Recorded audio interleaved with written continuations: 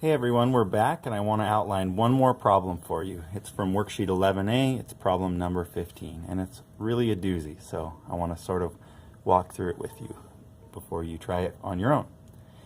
Alright, so we'll go through it one at a time and you'll see that there's a lot of moving parts. So we'll read through it, I'll draw a picture, and then we'll talk about how you might go about solving it.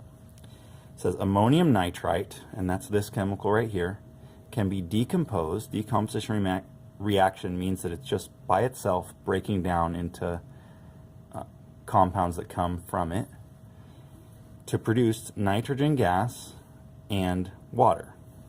A sample of ammonium nitrate produced 511 mils of N2 collected over water at 26 degrees Celsius and 745 millimeters of mercury. Determine the mass of ammonium nitrite that decomposed.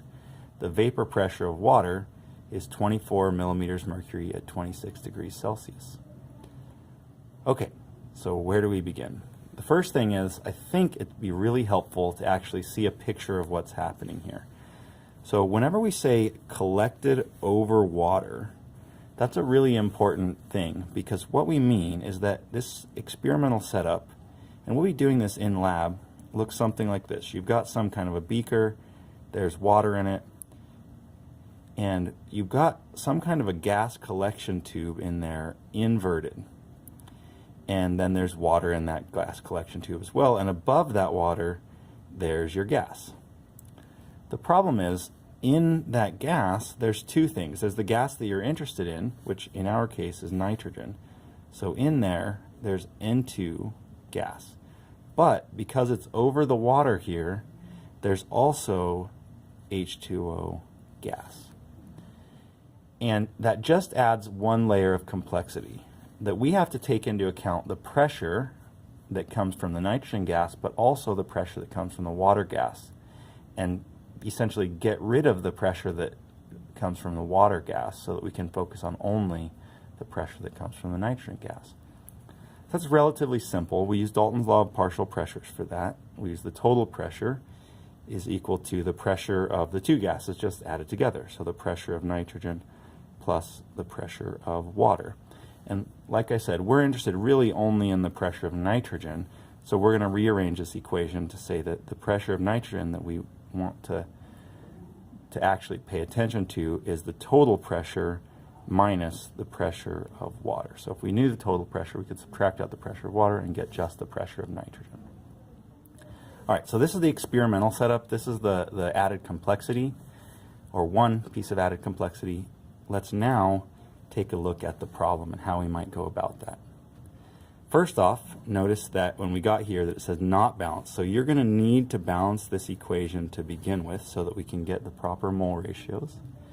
But after that, it's basically a solid phase stoichiometry, a gas phase stoichiometry problem. So let's look for what we're trying to find. We're trying to find the mass of ammonium nitrite in the end. So our very final thing that we're going to end up with is grams of the ammonium nitrite.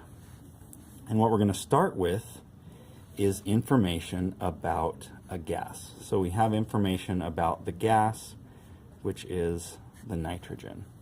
So the information that we have, we're given a pressure, and we want the pressure of nitrogen. We're given a volume, which is 511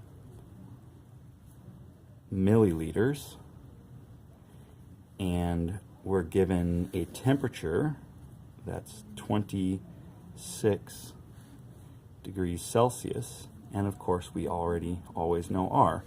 So notice that I've left out the pressure of nitrogen. So let's get back to that in a second, because we're going to need to deal with it this way. But basically the idea is we'll start out with this information. We'll plug this information into the ideal gas law, PV equals nRT, and we'll solve for the number of moles of the nitrogen gas, at which point we'll take that number of moles of nitrogen gas, we'll use the mole ratio that we've determined in the chemical equation, we'll convert from moles of nitrogen to moles of the ammonium nitrite. And then we'll have converted to moles, and we need to get to grams, so we'll use the molar mass of ammonium nitrite. We'll convert from moles to grams using the molar mass of ammonium nitrite. So that should be pretty straightforward. You'll just add that up on the periodic table. So back to this. The only problem we have now is that we haven't solved for we don't know the pressure of nitrogen in this mixture, but we're given two things.